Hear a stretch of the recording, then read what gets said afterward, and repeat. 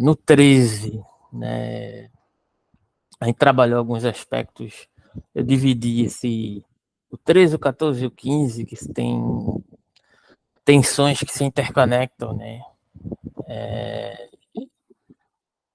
Que eu até coloquei na própria chamada da divulgação do grupo de estudos, né? Que vai ser elaborado sobre sobre as noções, na verdade, né? De liberdade, justiça e vingança, né? E dentro dessa tríade que começa a aparecer aqui, a gente fez algumas reflexões sobre como a ideia de liberdade e justiça, né, que vai aparecer também lá na segunda dissertação da própria genealogia, elas vão se conectar com uma certa compreensão crítica do direito do Nietzsche lá na segunda dissertação, mas a gente fez algumas comparações aqui acerca do Nietzsche em relação às problemáticas que desenvolvem-se dentro de uma teoria do direito, inclusive dentro da perspectiva keynesiana, né, de Kelsen, né, e como essa questão da liberdade, né, da liberdade enquanto agência livre, enquanto livre-arbítrio, para Nietzsche não existente, né, para Kelsen, no sentido de desenvolvimento dessa liberdade, existe um plano que há uma impossibilidade da naturalização dessa liberdade, mas ele entende que existe uma espécie de artificialização necessária dessa liberdade para poder se criar um processo de justiça equitativa. E dentro desse sentido, a gente fez essa comparação para poder entender o que o Nietzsche, de certa forma, estaria criticando ali no sentido de equivalência de uma determinada justiça que reverbera a partir do que a gente estudou anteriormente, que é uma espécie de inversão dos valores, né? Uma transvaloração dos valores por parte daqueles que se estratificam pela fraqueza.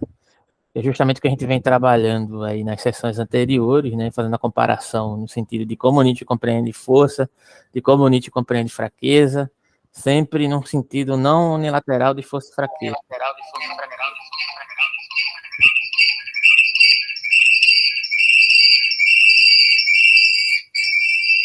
Muta aí, ô Rian. Gente, me desculpe, eu acho que foi quando eu entrei pelo notebook aqui. Nada, tranquilo. Entrei pelo notebook. Nada, fica tranquilo. Eu ia mutar, mas não deu tempo não, porque aí caiu de repente. Mas, enfim, essa questão, né? E aí a gente pode ver como o Kelsen chega a uma determinada conclusão que chega a esse sentido utilitário, e o Nietzsche problematiza essa questão da livre agência para uma espécie de continuidade, de uma espécie de inocência dentro das atitudes que só podem ser mediadas pela própria ação. Não existe, na compreensão do Nietzsche, pelo menos no contexto que ele está problematizando aqui, eu faço questão de explicitar que a gente está tentando se manter nos trechos do texto, né? E posteriormente isso vai haver outros desdobramentos, né? Vai suscitar outros desdobramentos. Na verdade, o Nietzsche compreende que essa noção da ação ela não pode ser substancializada por um derivado que origina essa ação. Só o que existe é a ação e o sentido de retribuição, ou seja, como é compreendida a noção de justiça aqui, né? Ela não pode ter uma espécie de elaboração equitativa ou compensatória, né?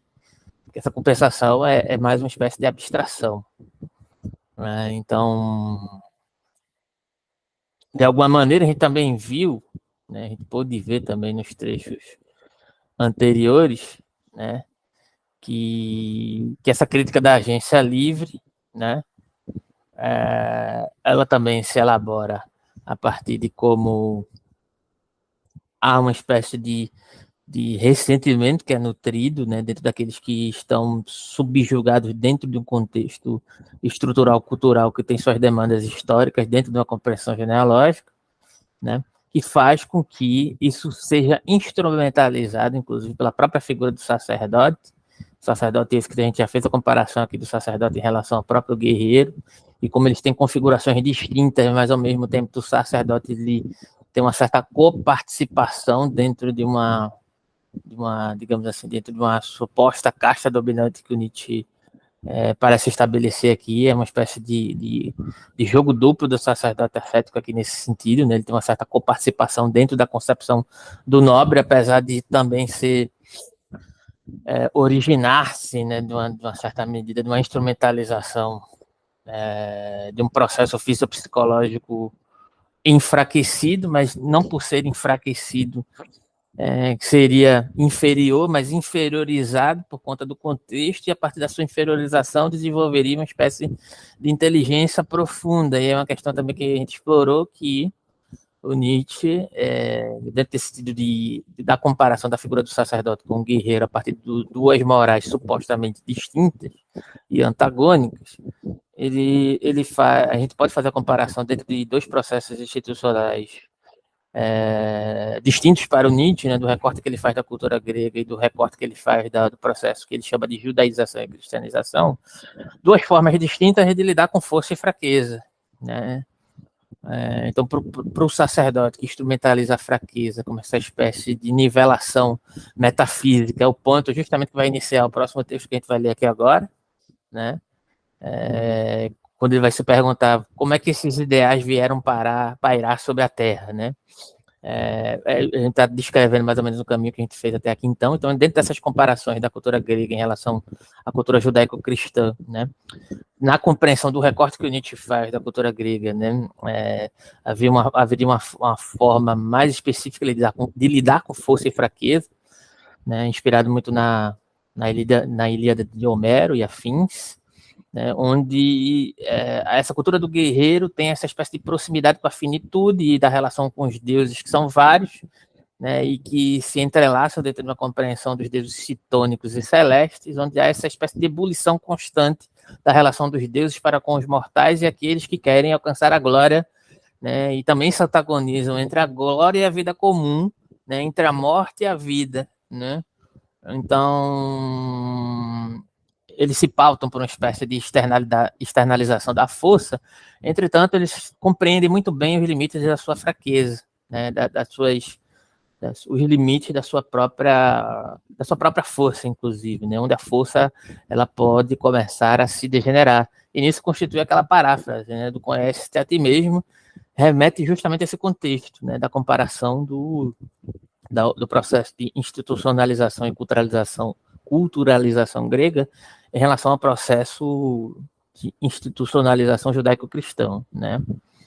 Então, se tiver alguma questão, podem ir falando, tá? Então, a partir de tudo isso, né, o Nietzsche vai problematizar essa questão da agência livre, do livre-arbítrio, como essa espécie de subterfúgio para erigir uma espécie de responsabilidade, né, de um homem que vai ser dominado por um certo peso, um peso de uma responsabilidade metafísica, né, de uma responsabilidade de um homem decaído, de um homem fraco por excelência, né? Mas essa fraqueza não é uma mera fraqueza, é uma vontade também de ter essa participação, né, no domínio, ou no predomínio, ou na hegemonia de uma determinada cultura também, e é isso que acontece, né, no final das contas, né? Então, de alguma forma, né, essas manifestações, né, vão problematizar o lugar dessa espécie de liberdade, dessa espécie de agência livre, né?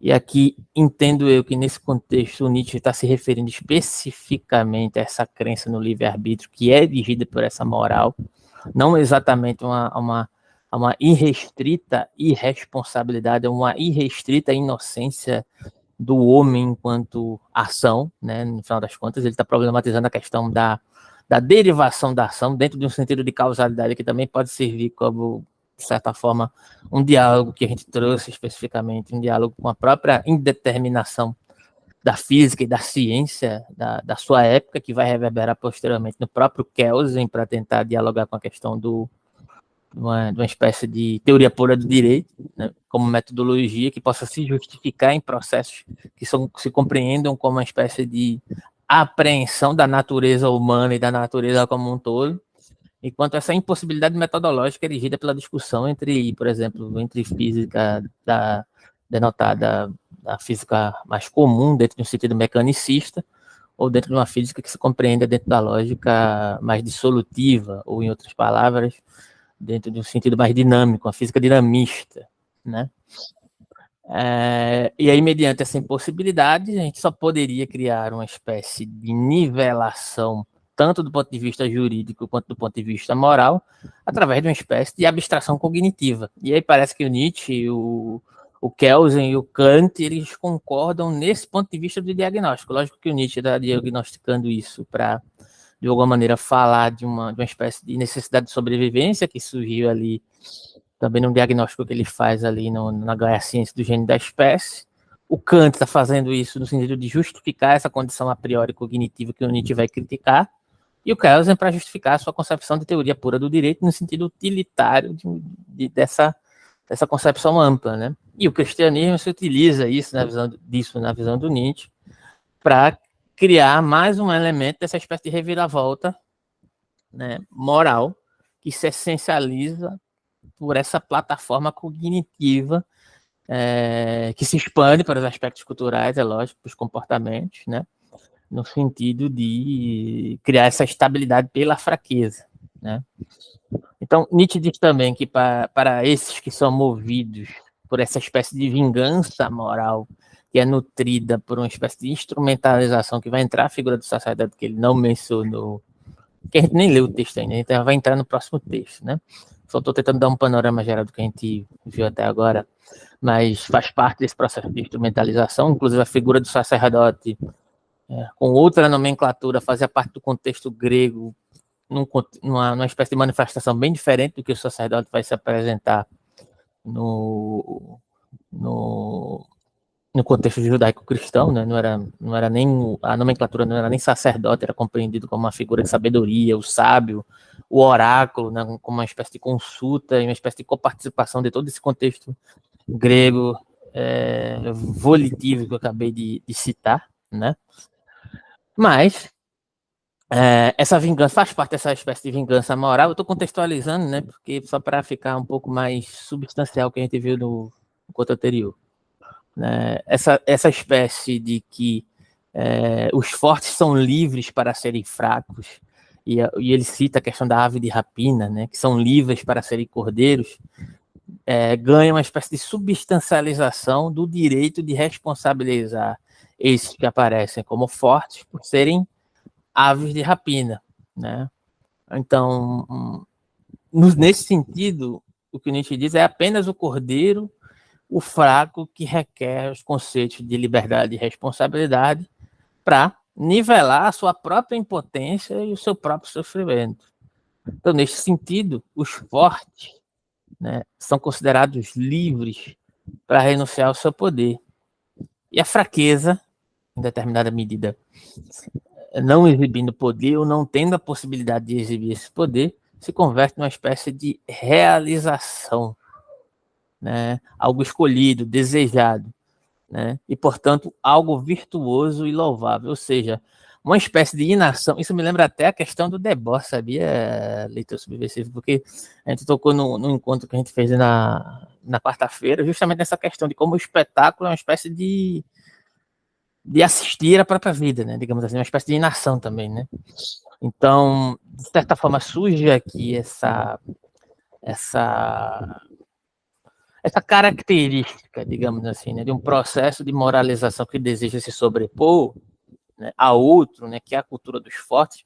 E aqui eu gosto sempre de dizer isso, porque não é a espécie de uma essencialização do forte, tá? Mas o que o Nietzsche se refere como forte aqui é aquele que predominou até o ponto de virada da transvaloração cristã, que para ele, na interpretação dele aqui nesse dado contexto, da linha de raciocínio que ele está seguindo, era algo muito próximo, né, à concepção grega que se externalizava sem muita profundidade psicológica, né, através dessa espécie de glória ou decaimento, digamos assim, né, de fazer um ode à glória ou decaimento, né, se colocando à disposição à morte o tempo todo, e por conta desse tipo de atitude ele poderia dominar ou ser morto, digamos assim. Não existia a opção, digamos assim, da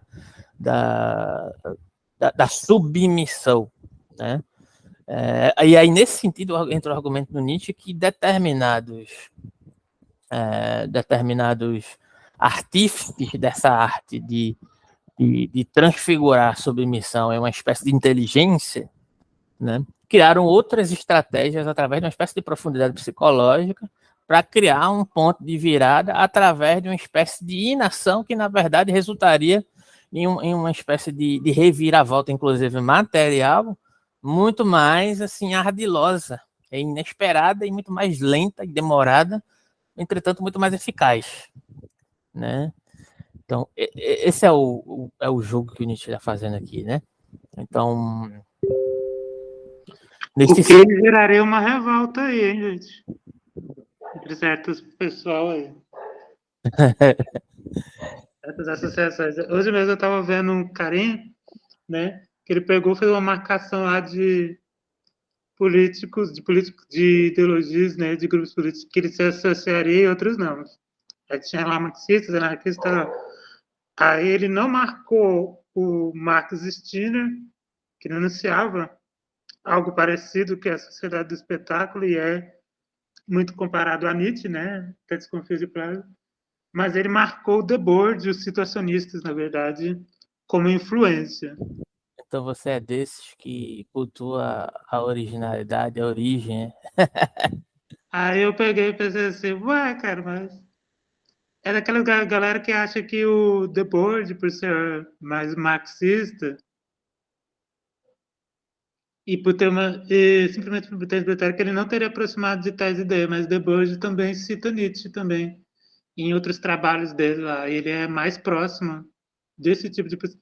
É uma coisa meio infantil, né? Mas para voltar ao assunto, é uma coisa meio infantil mesmo do meio. Eu vi um vídeo hoje que eu ia até te mandar, mas devido à questão de muita coisa para fazer, eu terminei não te mandando, mas assim, é uma das coisas assim mais sintomáticas que eu vi nos últimos tempos. E tem a ver com isso que você falou. Eu tô pensando até em fazer um react, mas esse é assunto para outro momento, entrar no grupo de estudos aqui, né? Mas enfim, voltando pro contexto, eu não sabia não que depois você tava Nietzsche, vou procurar depois. Mas assim, dá para perceber, é só você ter um pouco de inteligência para fazer algumas conexões, né? Aqui. Não Esperar muito da militância de internet. Não que uma coisa seja necessariamente a outra, mas assim, vamos utilizar os pensadores como essa caixinha de ferramentas, não vamos só ficar usando isso como uma palavra bonita para dizer que eu transito entre autores, né? Vamos fazer isso de fato. Então, Por causa que a questão da separação de certos aspectos das críticas da sociedade do espetáculo já aparece não só no Nietzsche e no Stirner, mas aparece em outros autores mesmo. Eu acho que aparece um pouco já até no Sartre. uhum. E só voltando aqui para o contexto do estudo, né? Aí a gente pode mais na frente fazer mais comentários sobre contextos gerais, né? Essa ideia de que existe um estatuto de responsabilidade que surge dessa espécie de livre ação, né? Ou de uma espécie de exercer ou não exercer poder, é uma balela, porque quando este indivíduo, né, uma palavra alegórica aqui, porque em Nietzsche o sentido de indivíduo ele é altamente problemático, mas quando essa figura ela demanda por uma espécie de inversão dos valores aos quais ele diz que a inação é sim a verdadeira virtude, né?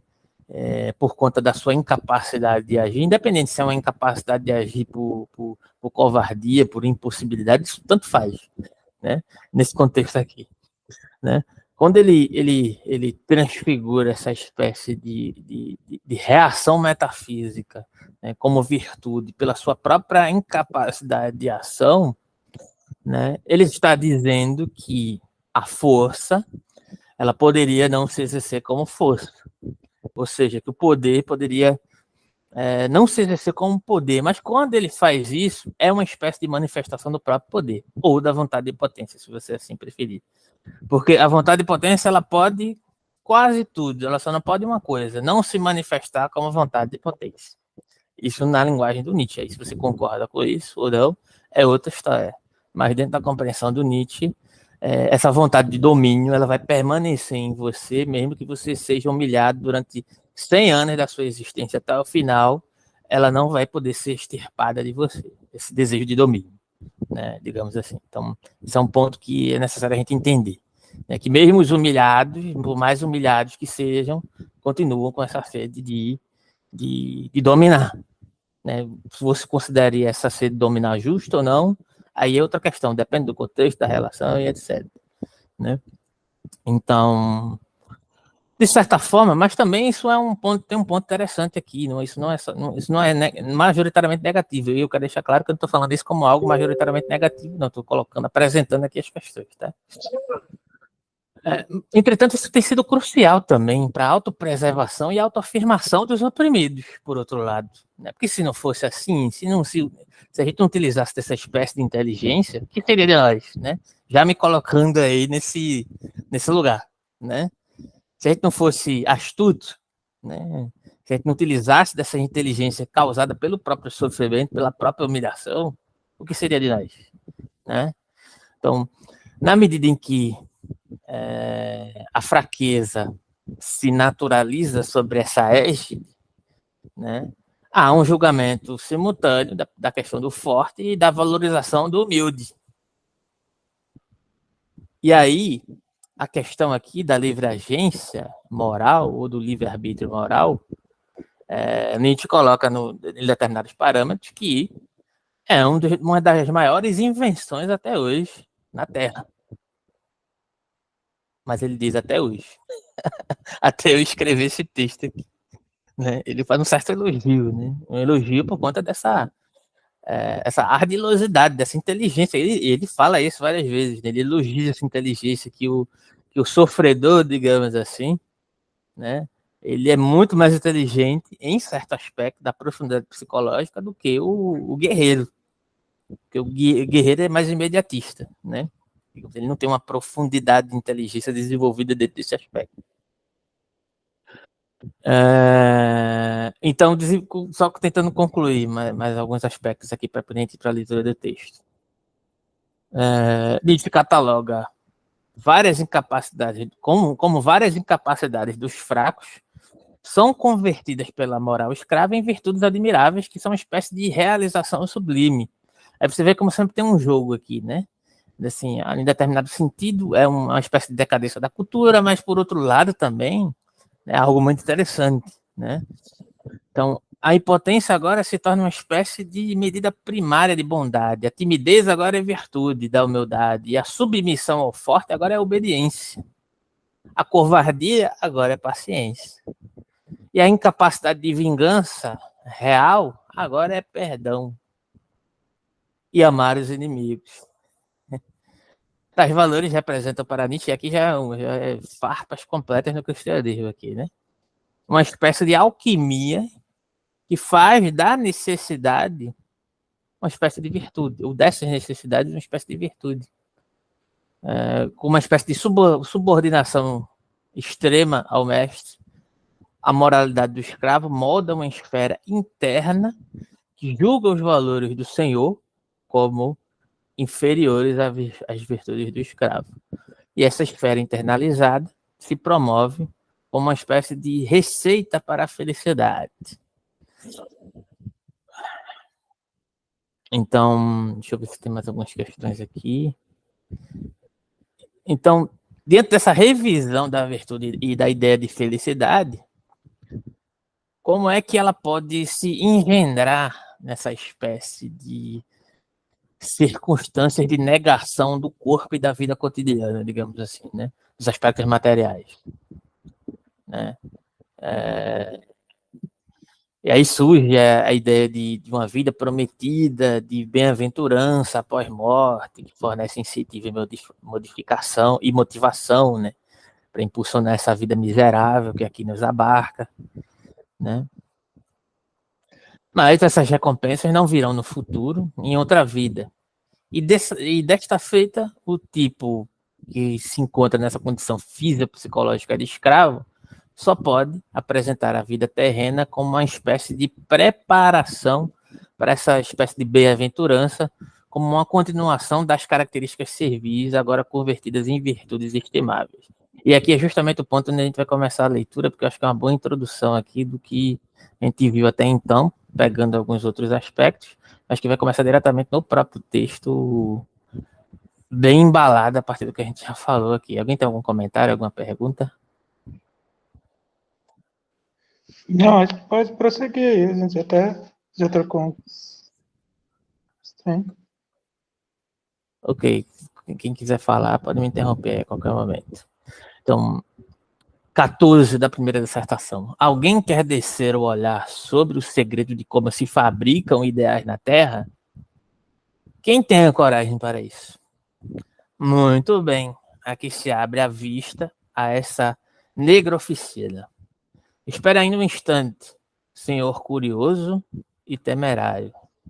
Seu olho deve primeiro se acostumar a essa luz falsa e cambiante. Certo, basta. Fale agora. O que sucede ali embaixo? Diga o que vê o homem da curiosidade perigosa.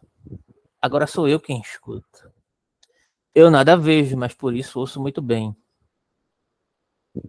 É um cochichar e sussurrar cauteloso, sonso, manso, vindo de todos os cantos e quinas. Parece-me que mentem. Uma suavidade, visguenta, escorre de cada som. A fraqueza, aí você vê realmente como ele está colocando aqui as elucubrações que eu tentei colocar, né?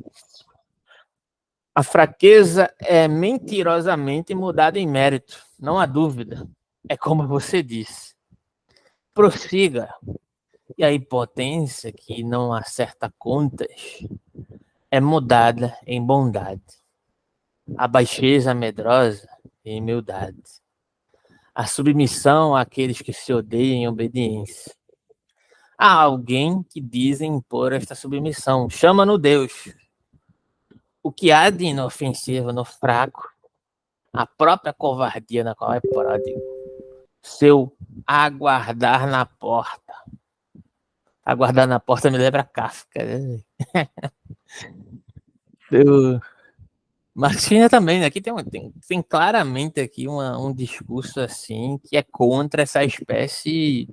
Lógico que o Nietzsche ele também não é alguém, como eu disse anteriormente, não é alguém que vai advogar por uma essencialização da força, né? Porque isso aí também seria problemático.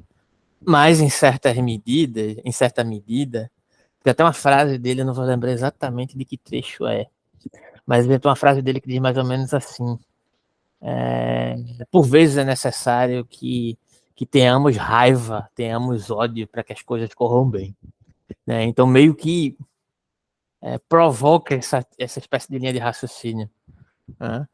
E Nietzsche também era crítico do liberalismo. O pessoal só costuma lembrar das críticas dele ao anarquismo, ao socialismo, mas ele era bastante crítico ao liberalismo. Inclusive, no Crepúsculo dos Ídolos, tem vários textos voltados especificamente para a forma liberal da liberdade, como crítica profunda, inclusive, né?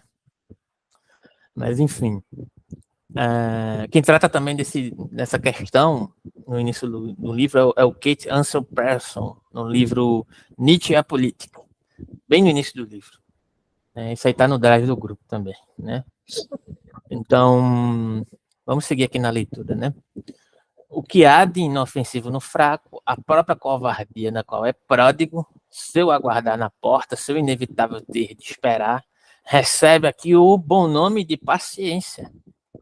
Chama-se também a virtude, o não poder vingar-se. Chama-se não querer vingar-se. Se talvez mesmo perdão, pois eles não sabem o que fazem. Aqui tem uma nota, mas aqui não preciso nem ver essa nota, que é diretamente da Bíblia. Somente nós sabemos o que eles fazem. Falam também do amor aos inimigos. E suam ao falar disso. Isso aqui, já que você não falou diretamente, né? Mas você meio que jogou no ar que é o comportamento de uma esquerda civilizada, né? Por exemplo, né? Não, que isso, nós aqui somos a favor da democracia e digamos assim, da compreensão entre pares, no sentido bem habermasiano da ação comunicativa, né? Que não leva a lugar nenhum, que permanece na abstração e O Stino nas falaria coisas como estão. que é uma esquerda presa ao legalismo.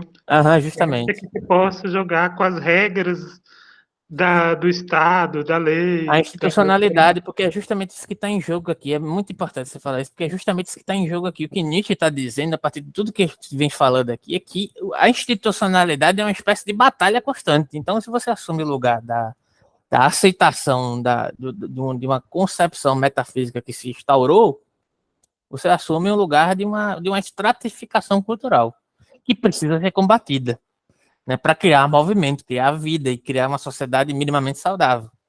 Em outras palavras, é isso. Agora, lógico que a compreensão do Nietzsche de sociedade saudável é a dele, né? Aí é outra questão, mas isso aqui pode servir de inspiração para você, né, se mover, né, concretamente. E é por isso que é interessante as abordagens do Carlos Henrique Escobar com Nietzsche, Deleuze, Foucault e Marx, né, criando essa espécie de autores que advogam para uma espécie de investimento no materialismo de fato, né, como materialistas, né, como autores próximos nesse sentido, né. Ainda vou fazer um grupo de estudo sobre esse cara, que merece, o texto dele é muito rico, cara. Eu falo direto, mas não... Enfim, vou até falar com o Mota sobre a live, sobre falecido recentemente, inclusive. Um grande pensador brasileiro. Mas, enfim. São miseráveis, não há dúvida, esses falsificadores e cochichadores dos cantos, embora se mantenham aquecidos, agachando-se apertados, mas eles me dizem que sua miséria é uma eleição e distinção por parte de Deus, que batemos nos cães que mais amamos.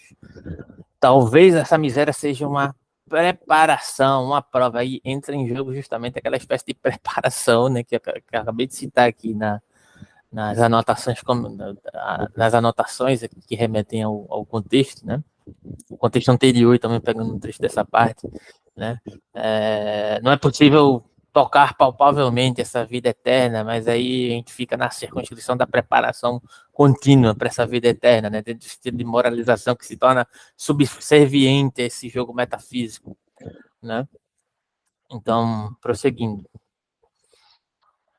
que a gente poderia chamar também de espetáculo, né? Porque o capitalismo é uma espécie de religião institucionalizada também, né? Mas, enfim, algo que um dia será compensado e pago com juros enormes. Em ouro, não. Em felicidade. A isto chamam de bem-aventurança, beatitude. Prossiga. Agora me dão a entender, e aí o Nietzsche meio que está fazendo uma de interlocutor de si mesmo aqui, né? Agora me dão a entender que não apenas são melhores que os poderosos, os senhores da terra cujo escarro tem de lamber, não por temor, de modo algum por temor, e sim porque Deus ordena que seja honrada a autoridade. Nada irônico isso daqui, né? Totalmente escarnecente. Deixa eu só olhar aqui a nota aqui, porque essa nota aqui eu não conheço, não. Nota 29 da primeira dissertação. Cadê?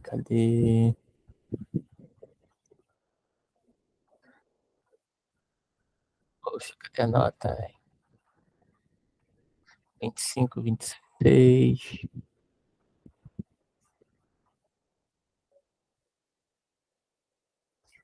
Nossa, não tô achando a nota. Calma lá, deixa eu ver com calma.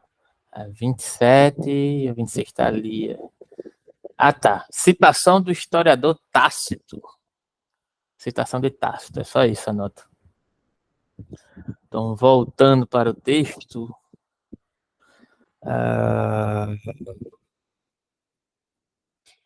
É 26 mesmo, eu tô vendo errado. É porque tá bem apagado aqui, né? Deixa eu ver a outra nota aqui. Não, é 20. Não é a citação de Tácito, desculpa. É nota 20. Deixa eu ver. Aqui, ó, nota 20. Deus ordena que seja honrada a autoridade, Romanos. Essa é a citação, essa é a nota correta. Então vamos lá, nota 20. Que não apenas são melhores, mas também estão melhores. Ou ou de qualquer modo estarão um dia, mas basta, basta. Não aguento mais. O ar ruim, o ar ruim. Esta oficina onde se fabricam ideais. Minha impressão é de que está fedendo de tanta mentira. Não, um momento. Você ainda não falou no golpe de mestre desses nigromantes que produzem leite, brancura e inocência de todo o negror. Não percebeu a consumada perfeição do seu refinamento, a sua mais ousada, sutil, engenhosa e mendaz estratégia de artista? Presta atenção, e aqui ele vai apresentar outra espécie de argumento para além do que a gente já viu aqui, né? Ou um complemento ao argumento que ele já estava apresentando para desenvolver aqui na próxima, né? Na próxima sessão, que eu acho que vai dar tempo da gente ler, porque agora que a gente está indo para 40 minutos, acho que dá um bom tempo para a gente ler. Mas assim, que é um dos melhores textos, eu acho, dessa primeira dissertação. Não, um momento. Você ainda não falou do golpe de mestre desses nigromantes que produzem leite, brancura e inocência de todo negror. Não percebeu a consumada perfeição do seu refinamento, a sua mais ousada, sutil, engenhosa e mendaz estratégia de artista? Presta atenção, esses aliás cheios de ódio e vingança que fazem justamente do ódio e da vingança. Você ouviu essas palavras? Você suspeitaria, ouvindo apenas as suas palavras, que se encontram entre homens do ressentimento? É que ele coloca o elemento, né, do ressentimento como um fator complementar, né, dessa espécie de processo metafísico divinizador que provoca esses homens, essa espécie de inteligência profunda que faz ódio a uma espécie de conformidade pela inação, mas que estratifica dentro de um movimento institucional muito maior uma espécie de imobilidade das institucionalidades, né, dentro do sentido amplo, né? Então, compreendo, vou abrir mais uma vez os ouvidos, e fechar o nariz. Somente agora escuto o que eles tanto diziam. Nós, bons, nós somos os justos. O que eles pretendem não chamam acerto de contas, mas triunfo da justiça. O que eles odeiam não é o seu inimigo, não. Eles odeiam a injustiça, a falta de Deus. E aí meio que tem um argumento que o processo de essencialização da justiça, que é algo que o Nietzsche elaborou já desde a discussão anterior que a gente discutiu, é que em cada momento histórico, e aí é o argumento que ele está reiterando aqui justamente, né, em cada momento histórico, a ideia de justiça ela teve a sua configuração, inclusive a própria ideia de punição teve a sua própria configuração, né? A ideia de reparação, né, como uma espécie de compensação também teve a sua constituição, né? E aí, de certa forma, é o que Foucault vai aproveitar esse gancho lá em Vigiar e Punir e vai desdobrar, né, a história da punição, né, dentro dos desenvolvimentos históricos que ele pode examinar, né? Cada qual delegado à sua ruptura histórica, como diria Foucault. E é o que o Nietzsche está apresentando aqui também, que é a ideia de justiça, enquanto essa espécie de essencialização, e mais uma vez se conecta com o que a gente trouxe no encontro passado sobre o Kelsen, no sentido de que a justificação de uma teoria pura do direito a partir de um diálogo, inclusive com Nietzsche e com Kant, ela surge justamente dessa espécie de sintoma, né? De um sintoma de uma injustiça que surge a partir dessa espécie de falta de Deus, né? Ou Deus enquanto norma jurídica, se assim você preferir, né? Então, aí tem uma nota aqui, deixa eu só ter certeza da nota para não dizer errado, essa nota 21. Vou lê-la. Nota 21. Falta de Deus. Gottlosigkeit, em inglês, Godless. A citação de Homero, feita logo depois, acha-se na Ilíada. Canto 18, verso 109. Godliness. Enfim. Essa é a nota. Voltando para o texto, só para concluir isso aqui. O que eles creem e esperam não é a esperança de vingança, a doce embriaguez da vingança, mais doce que mel, já dizia Homero, mas a vitória de Deus, do Deus justo sobre os ateus. O que lhes resta para amar na terra não são os seus irmãos no ódio, mas seus irmãos no amor, como dizem todos os bons e justos da terra, e como chamam aquilo que lhes serve de consolo por todo o sofrimento da vida. Sua fantasmagoria de bem-aventurança futura antecipada. Que? Estou ouvindo bem? A isto chamam de juízo final, o advento do seu reino, do reino de Deus. Mas por enquanto vivem na fé, no amor, na esperança. Basta. E aí, colocações aí referente a esse final, inquietações, problematizações,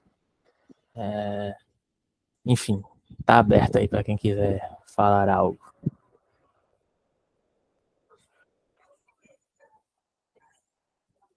Nada?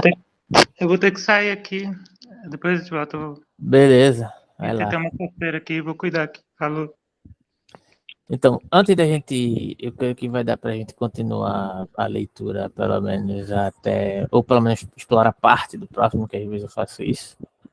Está com 40 minutos agora. Eu só vou tentar contextualizar aqui esse final, né? Onde ele lança um olhar, uma espécie de olhar impiedoso sobre o duplo caráter do juízo final na própria moral cristã, né?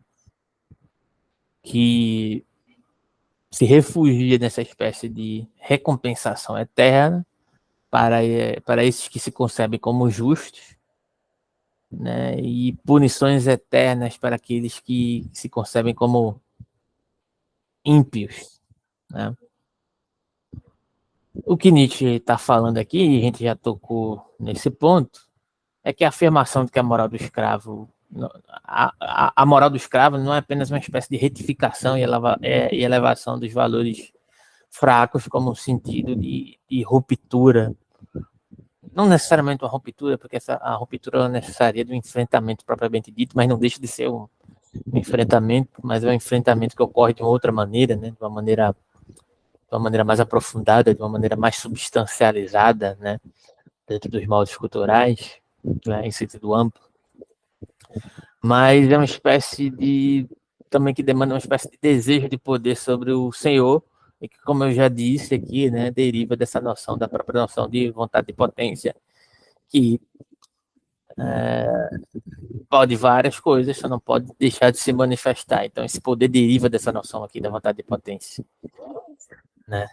Então, a análise de Nietzsche vai além da simples noção de que, por exemplo, os nossos agressores receberão seus justos méritos algum dia, ou seja, em outras palavras, uma espécie de retribuição da vingança. O que ele está colocando aqui é que essa espécie de virada, dessa espécie de transvaloração dos fracos, a partir dos fracos, daqueles que foram subjugados, ela não tem uma intencionalidade de pagar na mesma moeda, digamos assim, né?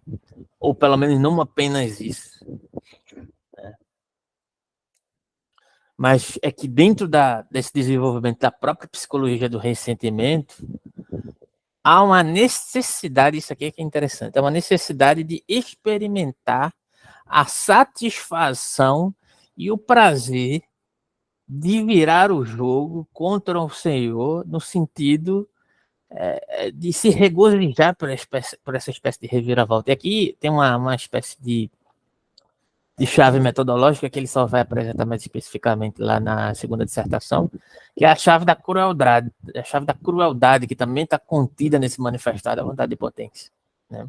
Então, quando eu me passo por humilde, a própria ideia de compaixão, né, acho que quem acompanha alguns grupos de estudos ou que faz esses estudos aqui com a gente já já ouviu algumas vezes, que a crítica do Nietzsche à compaixão cristã é justamente nesse sentido, né? Porque a compaixão não é uma espécie de compadecimento genuíno. E aí o Nietzsche, quando ele critica essa ideia de compaixão, ele não está dizendo também que você tem que deixar as pessoas à míngua, não é disso que se trata, né? Mas ele diz que essa espécie de compaixão cristã, ela, dentro dessa manifestação, existe uma espécie de prazer em ver sofrer. E lá na segunda dissertação ele diz, né? Ver sofrer faz bem, fazer sofrer mais bem ainda. Então, meio que se conecta, ele já está anunciando essa questão aqui, constitutiva dentro da lógica, da própria lógica do ressentimento, do reintrojetar essa espécie de sofrimento como uma espécie de saborear, né?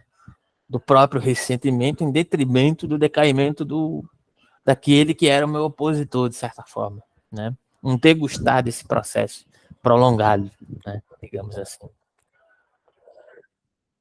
Então, como prova desse diagnóstico psicológico, Nietzsche vai apresentar algumas questões que eu acho que aparecem mais especificamente no próximo texto. E aí eu vou prosseguir a leitura. Eu acho que quando a gente terminar essa leitura, a gente consegue desdobrar melhor, e se tiver alguma questão, a gente consegue colocar aqui e discutir até encerrar. Deixa eu tentar voltar para o texto. Alguma questão aí? Alguém? Se não tiver também, tá tranquilo. Por enquanto, tranquilo, viu? Beleza. Estou acompanhando aqui. Tranquilo, fica à vontade. Então, deixa eu voltar para o texto aqui. 15 da primeira dissertação. Fé em que, amor a que, esperança de que, esses fracos também eles desejam ser os fortes algum dia. Não há dúvida, também o seu reino deverá vir algum dia. Chama-nos simplesmente o reino de Deus. Como vimos, são mesmo tão humildes em tudo. Para vivenciar isto, é preciso viver uma vida longa, que ultrapasse a morte. É preciso a vida eterna para ser eternamente recompensado no reino de Deus. Por essa existência eterna no amor, na fé, na esperança. Recompensado pelo quê e como? Parece-me que Dante se enganou grosseiramente quando, com apavorante ingenuidade, colocou sobre a porta do seu inferno a inscrição: também a mim criou o eterno amor. É aqui a nota 22. Deixa eu só lê-la aqui. As palavras acima da entrada do inferno são mais precisamente: Pesseme la divina potestate, la soma sapienza, el primo amore, Dante, Divina Comédia. Inferno, parte 3, 5 e 6. Voltando para o texto. Em todo caso, seria mais justificado se na entrada do paraíso cristão e sua beatitude eterna estivesse a inscrição: também a mim criou o ódio, também a mim criou o eterno ódio. Supondo que uma verdade pudesse ficar sobre a porta que leva a uma mentira, pois o que é a beatitude desse paraíso? Talvez já pudéssemos adivinhar, mas é melhor o testemunho de alguém cuja autoridade na matéria não se pode subestimar. Tomás de Aquino, o grande mestre e santo, beati in regno coeleste, diz ele: suave... Eita, passei demais agora.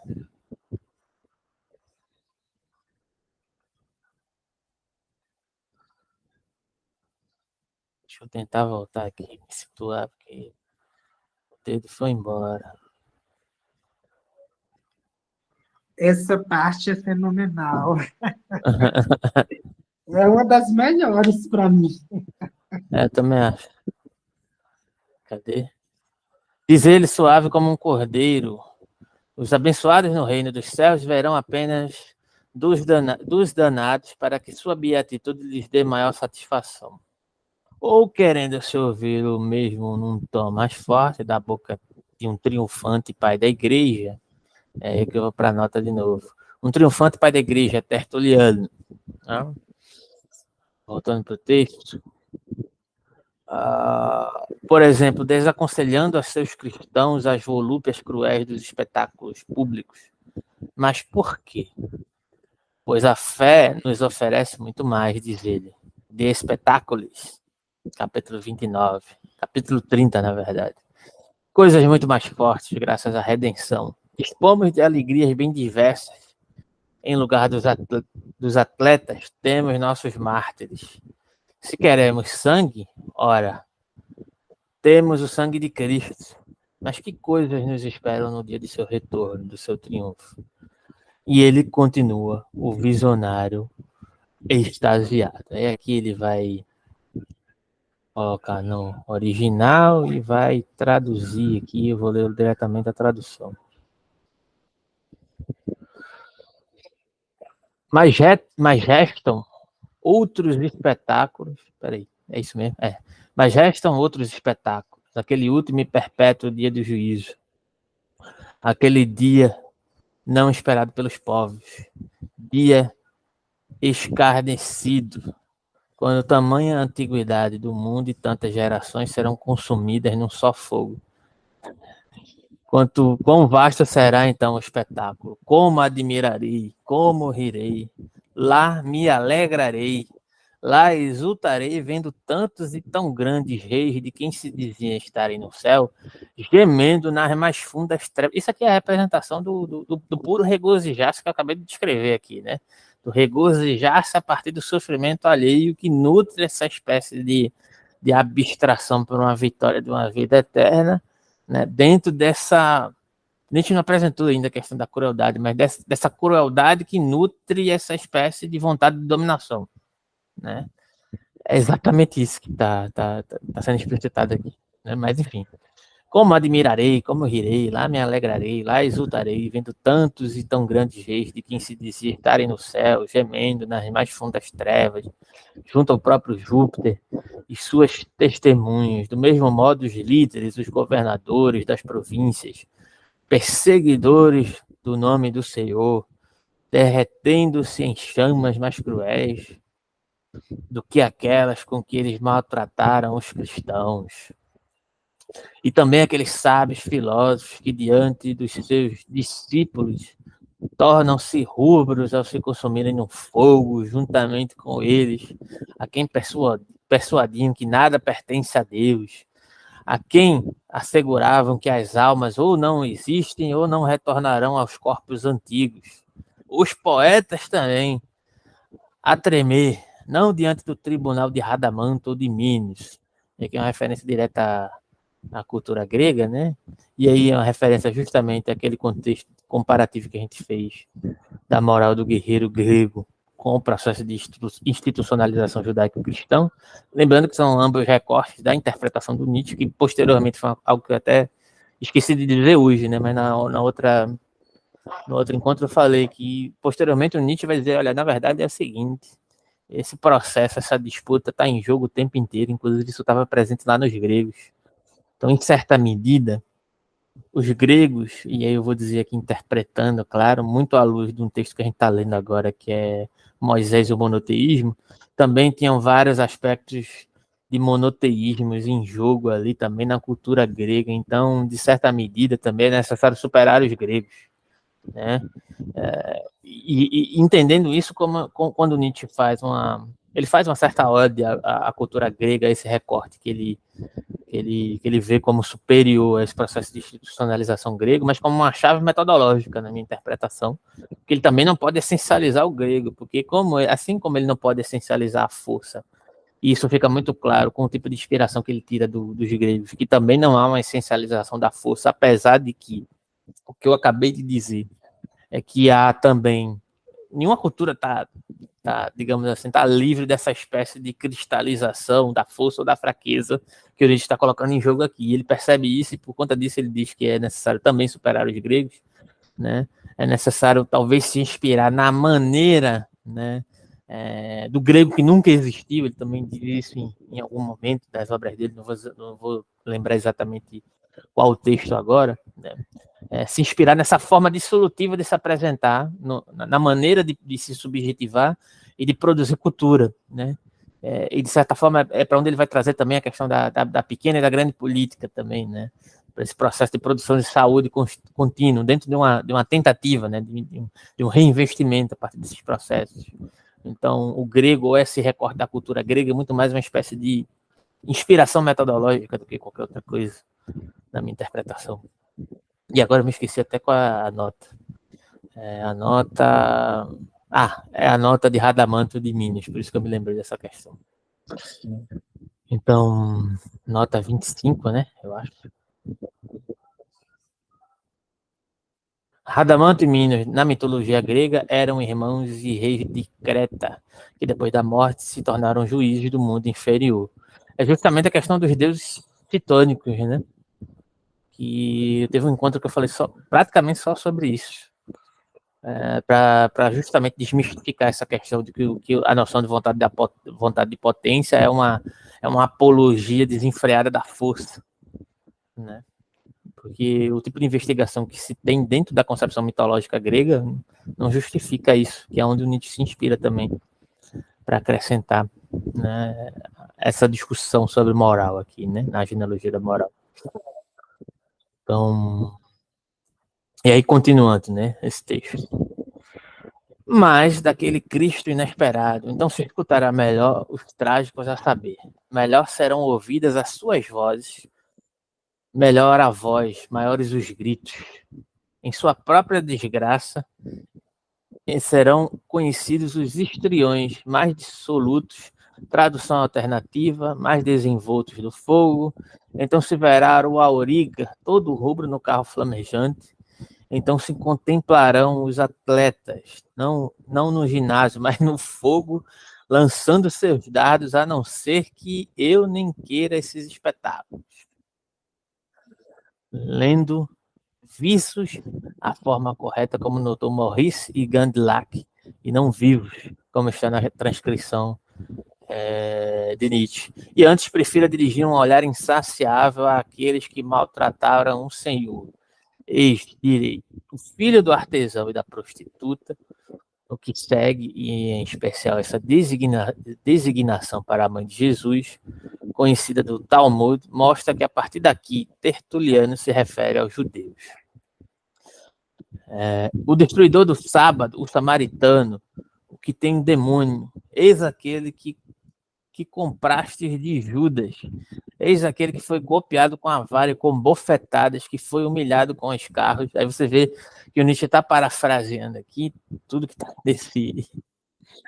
nesse recorte aqui que ele fez aqui dessa fala de Tertuliano. Ele já ironizou lá atrás, né, na questão dos escarros, do sentido daquele que se ajoelha perante o Senhor como uma espécie de resiliência, né, ou algo do tipo. Ele já explorou ali acima, é por isso que ele coloca esse recorte aqui embaixo.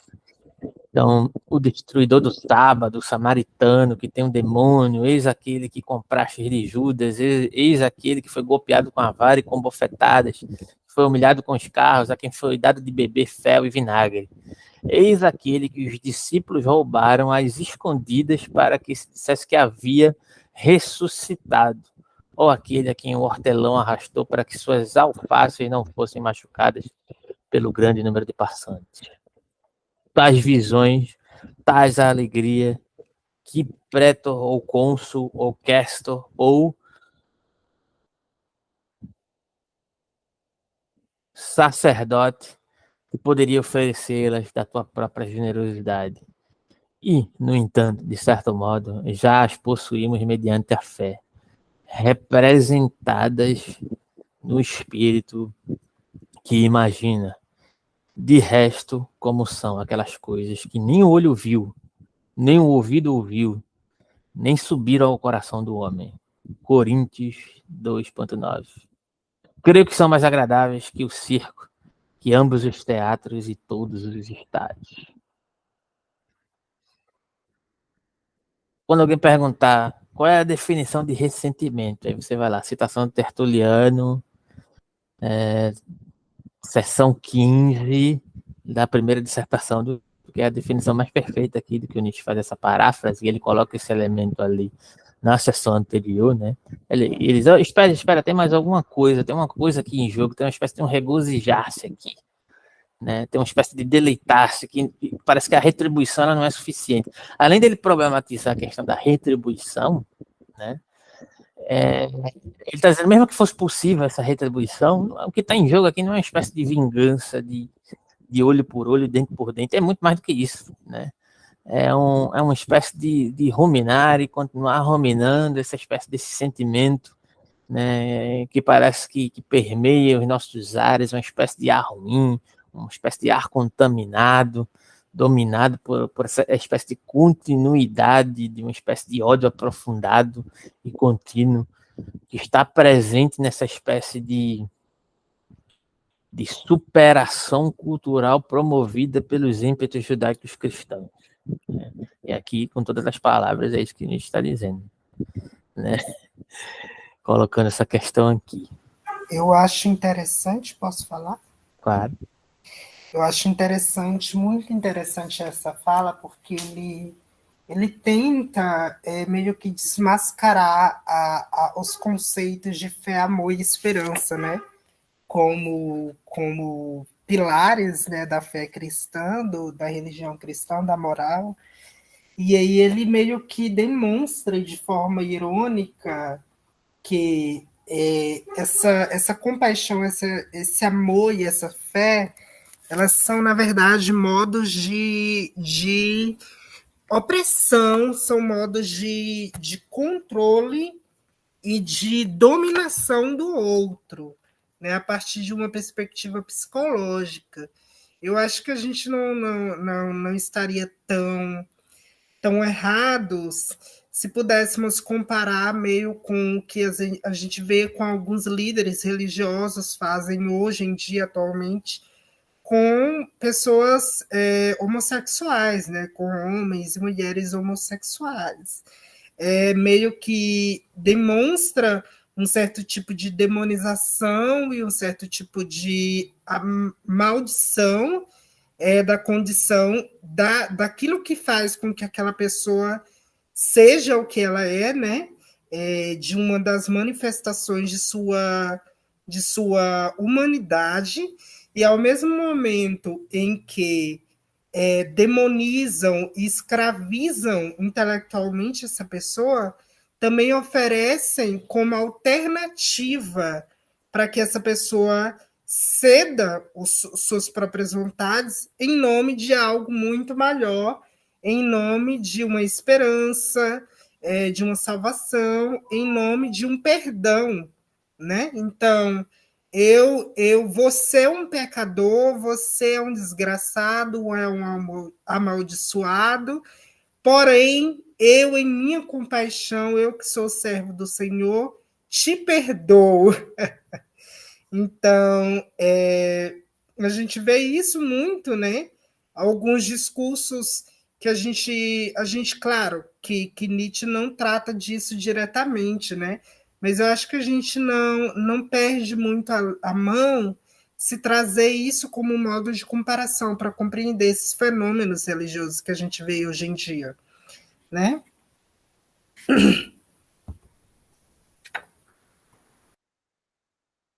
Perfeito. Eu acho que tem um elemento aqui, tem várias questões que, por exemplo, o leitor subversivo precisou sair aí para fazer outras coisas, mas tem uma espécie de estratificação dentro de uma lógica, estruturante, né, que visa manter essa espécie de nivelação que, inclusive, está se desenvolvendo em detrimento de uma ressignificação dos corpos no sentido das suas próprias potências, porque aqui envolve também, inclusive, uma separação, inclusive, entre alma e corpo, né? Onde a alma estaria no sentido de superioridade em detrimento do corpo. E aqui é o jogo interessante que o Nietzsche faz, de um modo geral, sobre a questão do ascetismo, e o ascetismo circunscrito nesse processo de institucionalidade religioso, ele se torna bem complicado, que é o que o Nietzsche vai chamar, ou a gente vai poder entender que o Nietzsche vai chamar lá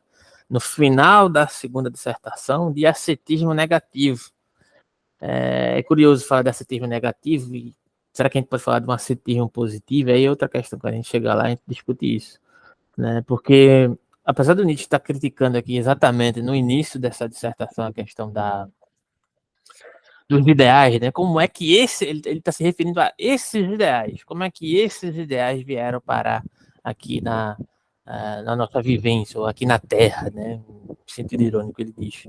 São esses ideais que se recusam, digamos assim, a ir embora, a dar lugar a outros ideais, né? É um pouco da conclusão, antecipando um pouco aqui, que ele vai chegar lá no final da segunda dissertação. Olha, todo tipo de ideal só pode ser superado por um outro ideal. E aí entra novamente a disputa dentro dos moldes culturais amplos que você citou, onde a institucionalização de determinadas religiões tenta promover essa espécie de permanência inequívoca de determinados paradigmas que não servem a ninguém, só aos seus paradigmas institucionais e religiosos, e que, de certa forma, continuam, digamos assim, mantendo uma espécie de cerceamento moral para um determinado grupo que, seja por ingenuidade, ou seja por qualquer tipo de motivo que for, continua se colocando à disposição dessa espécie de subserviência por uma espécie do que o Nietzsche disse aqui agora, de transformar a sua própria incapacidade como num simbolismo que demandaria uma espécie de virtude ou de força, e etc. E aí é justamente o pulo do gato nessas instituições religiosas ainda hoje, né, a maioria delas, creio que deve haver uma minoria em algum lugar que tenta levar isso para um sentido mais, talvez, empático, mas a maioria hegemônica, seja direto ou indiretamente, utiliza dessas espécies de subterfúgios para como uma espécie digamos assim, utilização da vulnerabilidade alheia, principalmente em comunidades pobres, em comunidades onde se tem pouca instrução, pouca educação e muita carência. O que é que você vai encontrar nessas comunidades? Pessoas sofridas, pessoas subalternizadas, pessoas que estão ali querendo pertencer a algum lugar, né? E aí você abre as portas de um mundo metafísico para essas pessoas, que vai oferecer uma espécie de pertencimento, que vai fazer justamente o movimento que o Nietzsche disse aqui, que é feito dentro do contexto de judaização, no sentido da institucionalização judaico-cristã, como esse ponto de virada cultural, né, dentro dessa produção ocidental hegemônica, né, que vai oferecer, de certa forma, que o lugar do humilhado, na verdade, ele precisa ser exaltado, porque o humilhado ele tem que se sentir orgulho da sua humilhação, né? E é pelo fato dele ser humilhado é que ele é superior, né? Inclusive se disponibilizando a ser mais humilhado ainda no ambiente onde ele está sendo cooptado, né? Porque isso é uma espécie de exaltação da humilhação, né? Uhum. É uma forma de regozijar, de louvar a humilhação, o rebaixamento, a quietude, né? Acho que o Russell, né, aquele cientista, que ele tem uma frase muito inteligente, na minha opinião, muito interessante, que ele fala: não vejo nos evangelhos uma palavra só de louvor à inteligência. Então, é uma espécie de vangloriar a insciência, né? A moral cristã em muitas de suas interpretações, a partir de muitos de seus intérpretes, é uma forma de mensurar que o ser humano não possui nenhum tipo de inteligência e que a verdadeira sabedoria, a verdadeira ciência não está no homem em si, em Deus, né? Então, é uma espécie de rebaixamento em várias magnitudes, em várias áreas, em várias expressões. Exatamente. E você vai encontrar isso em vários filósofos também, no sentido de que, por exemplo, Descartes, a dúvida metódica de Descartes, que a gente até explorou um pouco lá no grupo de Sartre, sobre fenomenologia, A questão que aparece ali em Descartes é que Descartes só consegue fazer uma distinção entre um gênio maligno enganador daquilo que ele supõe ser conhecimento ou não, né, dentro dessa divisão, o que é conhecimento válido e o que não é. A partir dessa justificação, a partir da substância que participa do seu intelecto como uma espécie de subserviência a Deus também, né? Então, o que é que justifica que eu possa, de alguma maneira, chegar a uma metodologia científica? É a participação de algo divino em mim, ou seja, é uma partícula de Deus em mim que faz com que eu possa pensar a perfeição, e essa perfeição me torna capaz de olhar para o mundo de maneira mais adequada.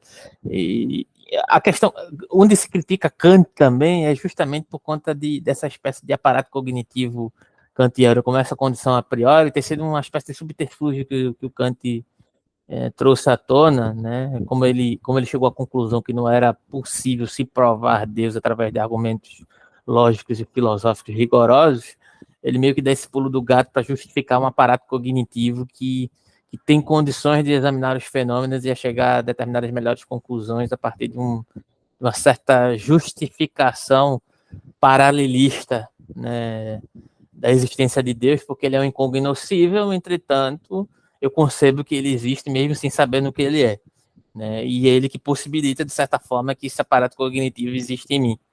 Né? Então é por isso que o pensamento kantiano é tão criticado pela perspectiva do formalismo, porque o formalismo é uma espécie de mistificação. Quem vai criticar bastante isso também é o próprio Hegel, né? E aí Nietzsche se encontra com Hegel nesse aspecto, onde ambos bebem da fonte do idealismo alemão e ambos vão investir contra essa espécie de estratificação no sujeito ou no objeto. Né? E o Nietzsche também está inserido da forma dele nessa discussão, né? Nietzsche é a favor do movimento. Ambos são, digamos, a favor da natureza enquanto movimento, sem ser dita pelo homem o que a natureza é. Né? Isso é uma impossibilidade, né? Inclusive o homem é a própria natureza, né? Dentro dessa lógica. E aí a gente poderia entrar até nas aproximações e afastamentos do Nietzsche em relação a Spinoza também. E quando ele se refere a essa questão da beatitude, né, ele também está meio que se aproximando dessa discussão com Spinoza. Spinoza, apesar de ser muito interessante no sentido dinâmico, imanente, ele ainda resguarda alguns resquícios da cultura no qual ele estava inserido, né? Se eu não me engano, ele quase foi sacerdote ou algo do tipo. Mas também foi muito perseguido, né, por conta da proposta dele de Deus, ou seja, a natureza, né, que não existe uma figura divina e hierárquica, mas que só existe uma única substância existente que compõe o todo, né, e seus derivados, né. Então, de certa forma, o que o Nietzsche está discutindo é justamente essa impossibilidade de uma condição natural dizer a si mesma, seja através de uma espécie de iluminação divina ou coparticipação divina, ou através de um processo demasiadamente racionalizante que possa se justificar através dessa espécie de concepção naturalista ou concepção religiosa e naturalista do homem, enquanto uma constituição da alma, enquanto uma constituição dos seus aspectos, inclusive científicos determinantes, que é questões que ele já criticou anteriormente, discutindo com os fisiólogos, né, os fisiologistas, perdão, da época dele, né? Então, tem uma série de questões aqui em jogo. Não sei se você tem algum comentário. Deixa eu ver se tem mais algumas questões aqui que eu possa apontar referente a esse trecho. Tem algum comentário sobre isso? Não, acho que você colocou muito bem as suas argumentações. Deixa eu só ver aqui alguns pontos aqui. Tem uma coisa que era interessante que eu ia citar aqui, que eu não sei onde está. Aqui.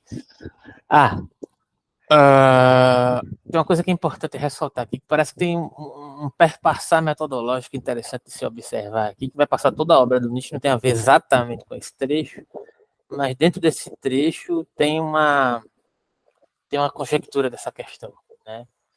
Onde Nietzsche parece usar 3 espécies de mecanismos psicológicos fundamentais, né, para lidar na primeira dissertação, na segunda dissertação e na terceira. Na primeira, ele vai trabalhar alguns aspectos do ressentimento que ele recolocou aqui, né, também na segunda dissertação, a má consciência e a própria vontade de potência, né? Então, eles se retroalimentam, né? E a má consciência e o ressentimento vão dialogar com a questão que vai aparecer na segunda dissertação, da crueldade dentro dessa disseminação do ressentimento enquanto uma espécie de apropriação mediada pela vontade de potência, né? Por esse desejo de domínio e expansão. Então, 3 mecanismos psicológicos que são chaves de leituras fundamentais para ver como é que o Nietzsche está jogando com essas questões, inclusive dentro desse contexto da institucionalização psicológica cristã, né? Ressentimento, má consciência, vontade de potência, e acrescentaria mais um, que é a própria crueldade, né?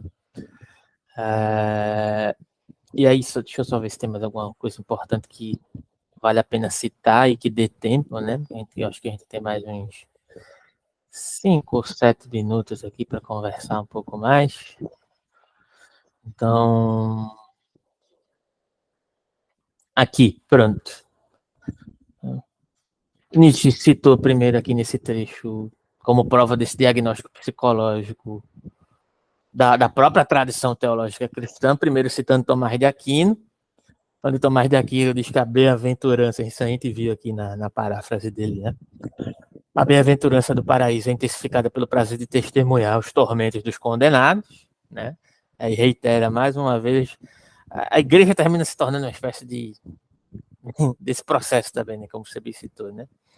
Alguém que se pergunta por que o simples conhecimento desses tormentos não seria suficiente para a própria bem-aventurança. Por que ver os tormentos é necessário, né? Por que assisti-los, né? Não seria suficiente saber que isso iria acontecer, né? Já que a certeza da fé ela é tão inequívoca, né? Mas é necessário assistir para poder regozijar-se, né? Então, em seguida, Nietzsche cita a passagem de Tertuliano, né? Essa passagem aqui grandiosa, reiterando a questão que foi elaborada de Tomás de Aquino, com um detalhamento aqui que chega a ser espetacular, como você bem disse, né? Então, em certo aspecto, essa passagem é uma espécie de condenação total do mundo pagão. E aí é o mais curioso, né? Porque se você for investigar todas as égide de influências da perspectiva judaico-cristã, ela é influenciada totalmente por processos de culturas pagãs, né? Isso é que eu acho curioso. Mas Nietzsche faz isso oferecendo certas atrações desse mundo com vários aprimoramentos de um certo mundo vindouro. Então, o contexto da mensagem de Tertuliano é a seguinte: seu conselho é primeiro aos cristãos para, talvez, não assistirem aos cruéis espetáculos pagãos que os tentariam para os vícios mundanos. Essas razões girariam em torno do valor comparativo de motivos cristãos mártires, né? É preciso ser mártir em vez de atleta. É preciso almejar o sangue de Cristo em vez de ter sede de sangue. Mas então, a partir daí, Tertuliano anuncia que os espetáculos alternativos que aguardam os crentes depois que o velho mundo for consumido pelo fogo e o julgamento de Deus for aplicado, né? Ele prevê, né? Por exemplo, quando ele diz, pense nas vistas maravilhosas disponíveis até então, que a gente acabou de ler, né? Seremos capazes de contemplar com admiração, exultação e riso as cenas de figuras mundanas e anticristãs lamentando em sua tortura eterna no fogo do inferno. Não surpreendentemente, os governantes políticos que perseguiram os cristãos serão descritos em sua fortuna invertida. Mas mesmo os filósofos que argumentaram contra o cristianismo e as realidades espirituais serão queimados em tormentos. Ainda mais surpreendente, a gente pode ver aí a lista dos tipos culturais que também estão condenados, né? Os poetas, os atores, os trágicos, né? Gritam sobre seu julgamento, não por um tribunal, uma competição artística, mas pelo Cristo inesperado. Até os mímicos serão torturados. Os atletas também estão em chamas. Essas são as gamas de atividades pagãs levadas à justiça no fim do mundo. Tertuliano também descreve uma espécie de olhar insaciável lançado sobre os sofrimentos daqueles que abusaram de Cristo na terra. Então, pergunta a seu público, que benfeitor na terra poderia fornecer algo comparável a ver e exultar com tais coisas? Mesmo atualmente, diz ele, podemos ter acesso a essas coisas por meio da fé e do espírito que imagina. A passagem terminou aqui, como a gente pôde ler, com um resumo do seu propósito, quando Tertuliano afirma que os espetáculos do juízo final são mais agradáveis do que qualquer circo pagão ou pista de corrida. Então, a questão aqui que a gente pode concluir é o seguinte: Nietzsche fica satisfeito em citar essa passagem porque ela confirma a sua própria explicação psicológica do ressentimento da moralidade escrava, o argumento que ele estava usando aqui agora há pouco, né? Que a gente descreveu. E aí você pode perguntar, será que Nietzsche está sendo justo ao explorar essa passagem como elemento central da moralidade cristã? Né? Entretanto, você pode checar aí os próprios textos de Tomás de Aquino e Tertuliano, né?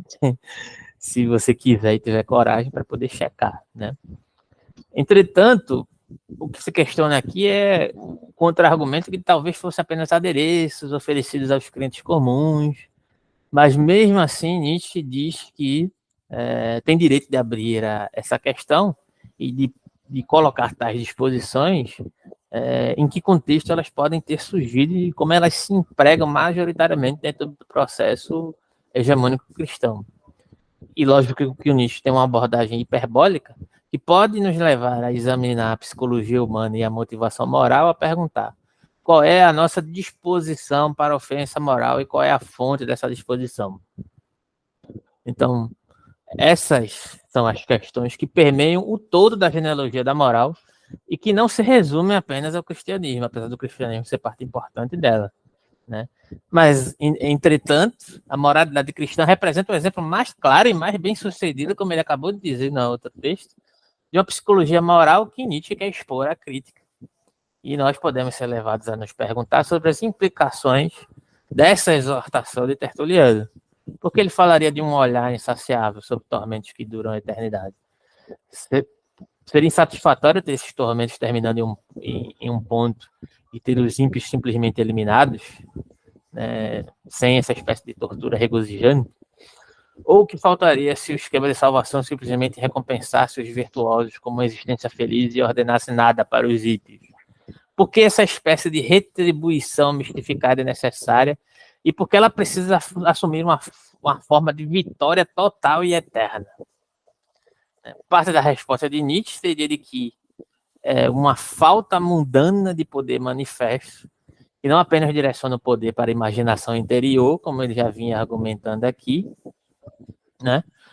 Confirmado pelo próprio espírito imaginante de Tertuliano, mas uma falta de qualquer satisfação mundana, muito próximo do argumento que ele usa em relação a Sócrates, né? Porque Sócrates era um miserável, um rejeitado, então fazia sentido erigir essa espécie de mundo superior, né? Onde ele assistia à tortura de todos aqueles que o subjugaram na vida real, né?